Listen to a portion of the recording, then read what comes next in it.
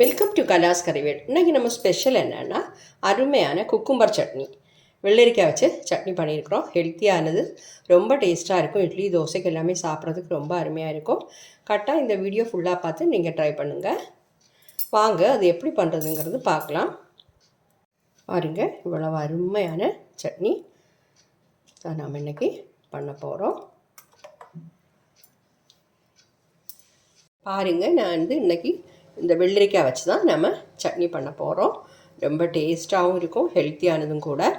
இது ரொம்ப பிஞ்சாக இருந்ததுன்னா உங்களுக்கு இந்த தோலெல்லாம் மாற்ற வேண்டாம். தோலோடையே போட்டு நம்ம செஞ்சிடலாம். கொஞ்சம் முத்தினதாக இருந்தால் தோலை மாற்றணும். இது மட்டும் இல்லை, இந்த மாதிரி வெள்ளரிக்காய் தான் வேணும்னு கிடையாது. பெரிய வெள்ளரிக்காய் இருக்குமே, அதில் ஒரு பீஸு அந்த மாதிரி எடுத்தாலும் போதும். இப்போ இதை கட் பண்ணிட்டு வந்துடுறேன். நான் இப்போ ஒரு மிக்ஸி ஜார் எடுத்துருக்கிறேன். இதில் நாம் கட் பண்ணி வச்சுருக்கக்கூடிய குக்கும்பரை சேர்த்துடலாம்.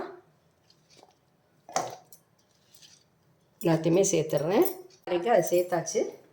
அதில் சின்ன பீஸு இஞ்சி சேர்க்கணும். ஒரு சின்ன பீஸ் தான் நான் இந்த மாதிரி கட் பண்ணி சேர்த்துருக்குறேன். அப்புறம் பச்சை மிளகா. பச்சை மிளகா உங்கள் காரத்துக்கு தக்கபடி சேர்த்துக்கோங்க. நான் ஒரு 5 பச்சை மிளகா சேர்த்துருக்குறேன். ரொம்ப சின்ன வெள்ளரிக்காய்னு நீங்கள் ஒரு 3 சேர்த்தா போதும். கொஞ்சமாக புளி. அப்புறம் இதில் 1 டேபிள் ஸ்பூன் பொட்டுக்கடலை சேர்த்துடலாம். இதுக்கு நிறைய தேங்காயெலாம் நமக்கு தேவையில்லை. தேங்காய் கொஞ்சமாக தான் சேர்க்கணும். 2 டேபிள் ஸ்பூன் தேங்காய் சேர்த்தா போதும்.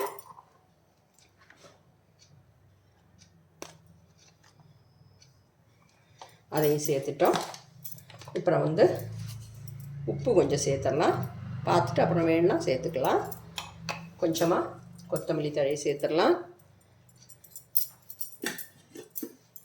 சேர்த்துட்டு நல்லா அரைச்சிடலாம். பாருங்கள், நான் இதை அரைச்சி எடுத்துட்டேன். ஒரு பவுலுக்கு மாற்றிடலாம். இதை நாம் தாளித்து சேர்த்துடலாம். பாருங்கள், கொஞ்சமாக தண்ணி சேர்த்து அருமையாக அரைச்சி எடுத்துருக்கிறேன். நல்ல டேஸ்ட்டாக இருக்கும். நீங்கள் உங்களுக்கு காரத்துக்கு ஏற்றாப்புல பச்சை மிளகா சேர்த்துக்கோங்க. சில பச்சை மிளகாலாம் நல்ல காரமாக இருக்கும், அதை பார்த்து சேர்த்துக்கணும். தாளித்து கொட்டிடலாம். பாருங்கள், இப்போ தாளித்ததையும் இதில் சேர்த்துட்றேன். சாதாரணமாக கடுகு, காஞ்ச மிளகா, உளுத்தம்பருப்பு, கருவேப்பிலை இவ்வளோதான் சேர்த்துருக்கிறேன். ஓகே, கட்டாயம் ட்ரை பண்ணுங்கள். அப்போ என்னுடைய இந்த வீடியோ எல்லாருக்கும் பிடிச்சிருக்கும்னு நினைக்கிறேன். பிடிச்சிருந்ததுன்னா என்ன சேனல் இது வரைக்கும் நீங்கள் சப்ஸ்கிரைப் பண்ணலைன்னா தயவு பண்ணி சப்ஸ்கிரைப் பண்ணுங்கள். லைக் பண்ணோம், ஷேர் பண்ணோம் மறந்துடாதீங்க. அடுத்த நல்ல ஒரு ரெசிபியுமா மீண்டும் சந்திக்கலாம். Okay, thank you.